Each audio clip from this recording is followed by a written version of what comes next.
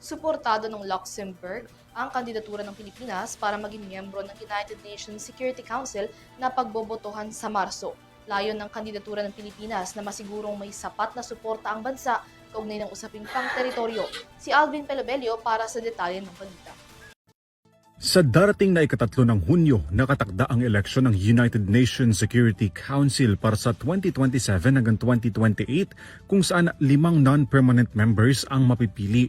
Kabilang na rito ang Pilipinas na sinusubukang magkaroon ng pwesto sa UN Security Council upang magkaroon ng mas malaking suporta ang Pilipinas pagdating sa issue na kinakaharap ng Manila sa Indo-Pacific region at iba pang transnational issues. At kasabay ng pagbisita ni Luxembourgish Deputy Prime Minister at Minister for Foreign Affairs and Foreign Trade Xavier Bettel sa Pilipinas, ang pangako na susuportahan ang kandidatura ng Manila sa UNSC. I really want to wish you also all the best. I know that you will have an election soon for the Security Council.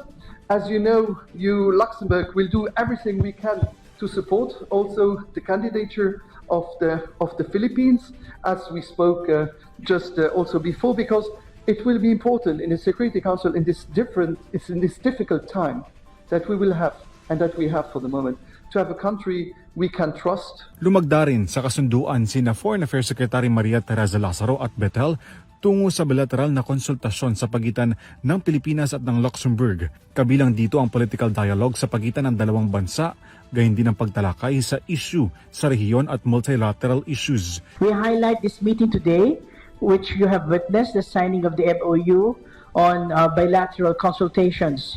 This MOU underscores the importance of consultations and exchange of views on bilateral matters, political security, economic, as well as people-to-people relationships, as well as regional and international issues. Sinusuportahan din ng Luxembourg ang Pilipinas pagdating sa pagiging chair nito sa ASEAN o Association of Southeast Asian Nations.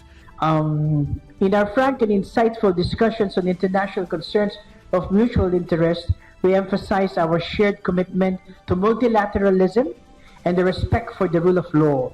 We also discussed the priorities of the Philippine chairship of ASEAN this year and political security developments in the region. I'm very happy that we were able also to sign this agreement to see how we can deepen the political exchanges between our both countries, but also to see how we can deepen with other partnerships. You spoke about health, about satellites, about communication, and also to find these needed agreements where we will be able to deepen the relations also in the near future.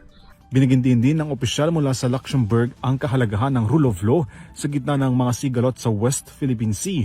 Ang pagbisita ng opisyal ay bilang paggunita sa 80 taong diplomatikong relasyon sa pagitan ng Pilipinas at ng Luxembourg. Para sa EuroTV News, Alvin Pelobelio sumasaludo sa bawat Pilipino.